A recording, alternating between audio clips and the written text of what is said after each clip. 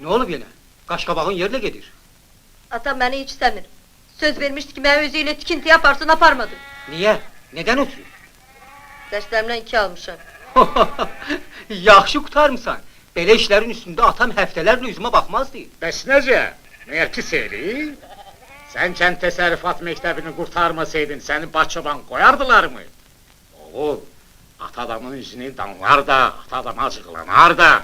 Danlanmak öğe anası olmaktan yaxşıdır. Ben bir de eve kayıtmayacağım, burada kalacağım. Necə? Evdən qaçmaq? Yox, sən çox pis fikrə düşübsən, oğul. Oxumaq lazımdır, oxumaq. Ay oğul, sən keçmişin qara günlərini görməbsən. O vaxt məktəb nədir? Bizi heç adam yerini qoymazdılar. Oğul, başını aşağı sal, dərslərinə fikir ver. Oxu. Başa düşdün? Hə, İsmail, gedək.